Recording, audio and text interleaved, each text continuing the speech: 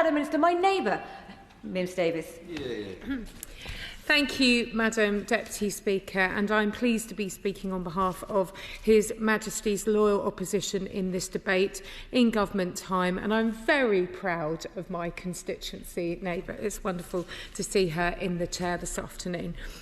This year's Black History Month theme is standing firm in power and pride, and invites us to reflect not only on the achievements of Black Britons, but also on the strength, resilience and leadership that have shaped our nation. And it is rightly a moment to honour those who stood firm in the face of adversity, led with pride, continue to as well, and have transformed institutions and communities and culture. And in fact, to the Minister opposite, I'm very jealous of her visit with Lord Woolley of Woodford. At my time at DWP, I tried very hard to coincide with him. COVID got in the way, don't you know? So it was something I was trying to do in my time as a minister. I'm delighted she was able to achieve it.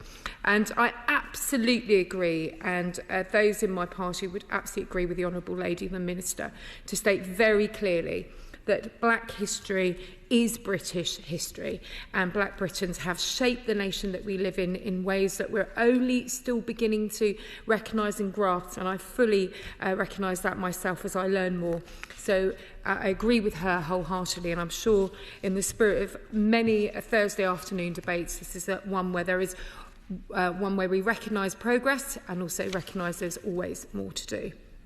Now, at present, from sport to science, politics to public service, as the Honourable Lady opening highlighted, Black Britons have been woven into the fabric of our society. They are household names, they are inspirations from those victorious lionesses from now and of course previous. And one of the most wonderful ladies that I've had the chance to meet here is Nikita Paris. I'm a big fan of hers. Alex Scott, there is of course Jess Carter and many more, proving you can rightly be Black, British and proud. A message we need to hear right now. And showing my age, Dame Floella Benjamin in the other place, and showing my era to her being on my screens as I grew up, also showing my age and her age defying the amazing Naomi Campbell. Wow. And mention, of course, of Idris Elba OBE, Lewis Hamilton, Sir Steve McQueen, and may I too, from this side of the House, wish Baroness Lawrence of Clarendon a very happy birthday for tomorrow. And I think as well as athletes, Jessica Ennis-Hill, Katarina Johnson-Thompson, and plus East Grinstead, if I may, Madam Deputy Speaker, mention her move. It's something championed by the town mayor about getting more women involved into sport.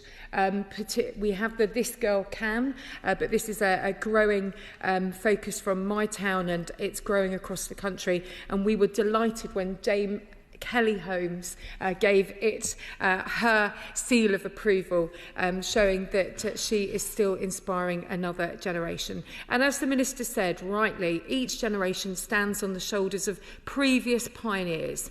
So it's right that we celebrate the 60th anniversary of the Race Relations Act 1965, a landmark in our legislative history.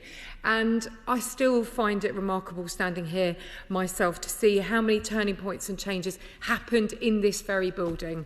Of course, as those who now represent and seek to do the same, how amazing that we get to stand on the shoulders of those previous pioneers, work together. So as we commemorate this milestone during Black History Month, we reflect on how far we come, and again reiterating how far we have to go. And of course we remember the lives and legacies of pioneers such as Paul Stevenson, who led the Bristol bus boycott, of course, in 1963, Lord Herman Ouseley, the former chair of the Commission for Racial Equality. Their courage and conviction, amongst others, made and laid the groundwork for progress that we do see today.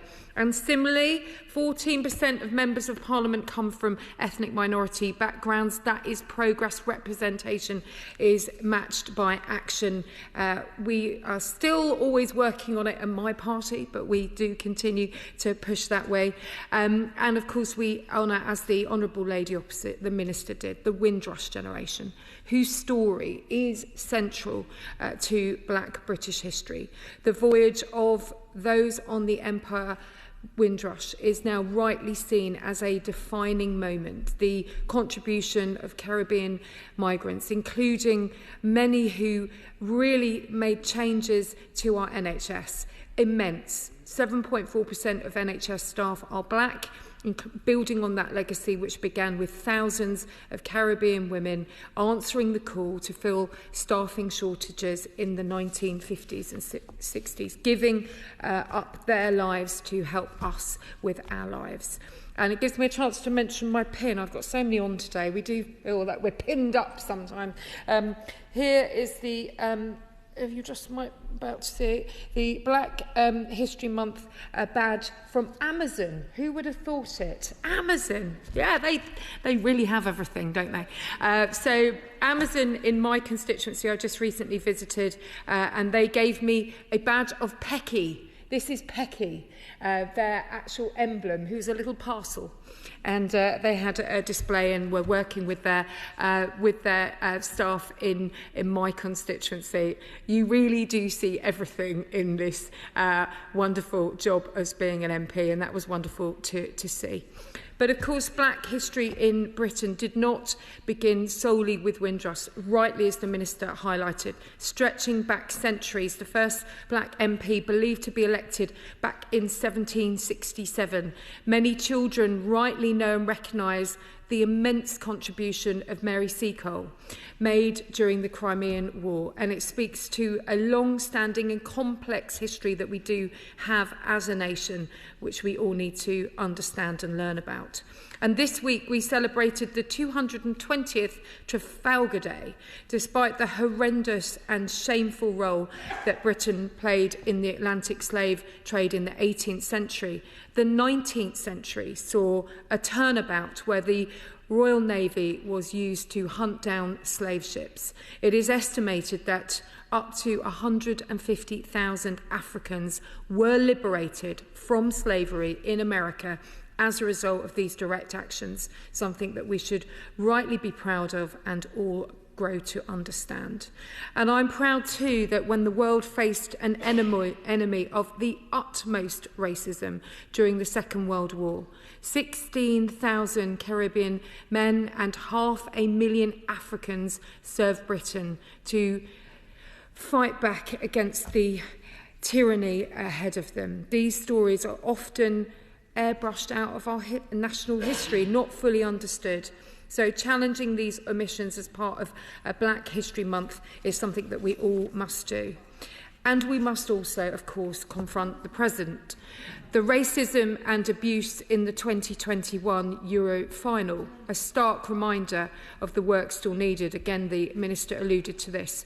There is still too much racist abuse on social media and in particular sports, and that is something I, as Sports Minister, took on head on, and as a minister worked incredibly hard to tackle that abuse on the pitch, which too often has been seen within sport. And I know past colleagues and current colleagues will continue to work tirelessly on this and wider issues in something that should be such a celebration.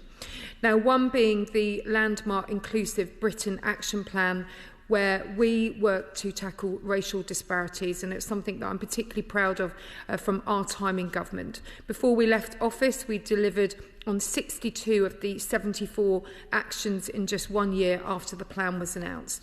And I was proud as a minister to work on access to investment, social mobility, entrepreneurship in government for all. It is absolutely vital that this government indeed builds on that and leans into it, as the Minister alluded to earlier. It's vital to understand the ethnicity pay gap reporting and I would be keen that she, when able, is able to share the responses for scrutiny and understanding on this potential legislation. We must in this chamber ensure Black History Month remains a space for reflection, education and, importantly, celebration, and of course never division. It must not become political football. And as the Leader of the Opposition has said, teaching Black history, and I've reiterated at the box today, as British history is vital, highlighting the contributions of figures such as Lord Ribeiro, a pioneer in keyhole surgery, Lionel Turpin, a World War I veteran whose story also deserves further recognition. I look forward with others to celebrating the outstanding contributions from those in our constituencies and wider that we are so proud of, and hearing contributions from across the House. And I agree with the Minister. This is a positive story that we can all continue to write. We can celebrate unity, we can reject tokenism and boost real opportunities and real outcomes where social mobility is truly here for all. Thank you.